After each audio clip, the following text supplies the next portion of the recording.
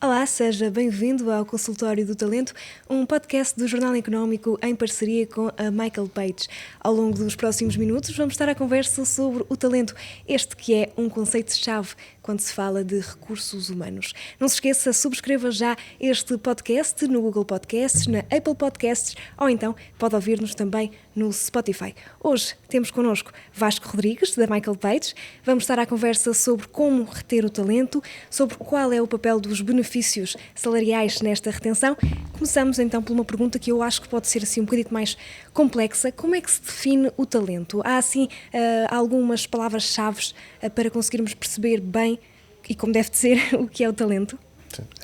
Antes de mais, obrigado, obviamente, pela oportunidade. Existem algumas definições de talento, mas talento não é nada mais, nada menos do que as características, os skills que hoje possibilitam a alguém poder efetivamente trazer valor acrescentado e qualidade ao trabalho que presta no dia a dia. Portanto, eu diria que é um conjunto de skills, características, sejam elas criativas, físicas, intelectuais, que possibilitam a alguém prestar um serviço muito acima da média ou superior ao normal. Então, e porquê é que é importante para as empresas terem pessoas com essas características que acabou de referir? Acima de tudo pelos momentos que vivemos, e nomeadamente nas áreas tecnológicas, o que acontece hoje em dia é que existe a lei da procura e da oferta está altamente desequilibrada, ou seja, existe muita procura e pouca oferta. As empresas tendem a não querer perder os elementos que valor acrescentado trazem e que se diferenciam. E como tal, perder um talento hoje significa um contratempo naquilo que provavelmente será o plano de continuidade e crescimento da empresa. Portanto, é importante para as empresas não deixar sair as pessoas que efetivamente têm esse valor acrescentado, porque sabem que vão ter bastante dificuldade depois a substituí-las. Para evitar que tenham de as substituir, o que é que as empresas têm feito de forma a conseguir captar e reter, mais do que tudo, o talento? Existe um conjunto de premissas e de fatores que hoje influenciam essa retenção. Continuamos a olhar para o salário como fundamental e como a parte, se calhar, mais importante para não deixar sair esse talento. Portanto, o salário é fundamental. Ao mesmo tempo, é importante também que essas mesmas pessoas possam cada vez mais ser vistas pela empresa como estratégicas, ou seja, estarem envolvidas no processo de tomada de decisão, terem feedback constante, serem desafiadas, e isto é também bastante pertinente. Estas pessoas, este talento que é desafiado diariamente, tende a querer evoluir e crescer e percebe que o consegue fazer, e isto são elementos muito importantes na altura da tomada de decisão perante uma possível oferta, e faz com que muitas vezes as pessoas fiquem e se mantenham na empresa onde estão. Ou seja, este desafio constante, esta possibilidade de aprender, de crescer, é fundamental, aliado, obviamente, àquilo que é o fator salarial, porque esse continua a ser o que mais peso tem. É possível identificar um ponto de viragem assim fixo para estas mudanças de preocupações? Foi um processo que acabou por acontecer, ou, por exemplo, podemos dizer que a pandemia teve um grande impulso nesta mudança da mentalidade? Teve. A pandemia veio tornar, se calhar, mais presente essa tomada de consciência por parte das empresas em relação a perder talento. Contudo, é algo que não vem de agora, não surge só com o tema pandemia, surge acima de tudo quando começamos a olhar para o mundo de uma forma global.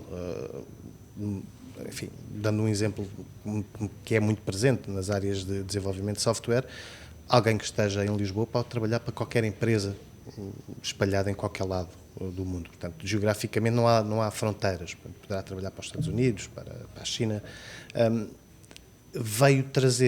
O Covid veio trazer, efetivamente, depois aqui outras questões que entram, se calhar, no campo dos benefícios extrasalariais.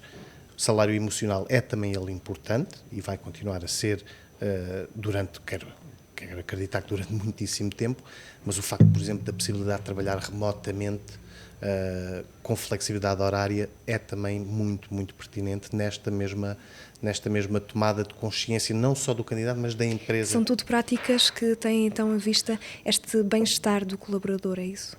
procura o bem-estar, e esse bem-estar vai se refletir depois na tal tomada de decisão perante uma possível oferta. Eu diria que alguém que está feliz onde está e que se sente bem remunerado com condições para trabalhar, dificilmente procurará um novo desafio. Então as organizações têm-se mostrado disponíveis a atender a todos estes novos requisitos, novas preocupações? De modo geral, diria que sim. Eu acho que as empresas têm essa consciência e evoluíram, e o Covid também ajudou muito nessa evolução, diria, de mentalidade do tecido empresarial.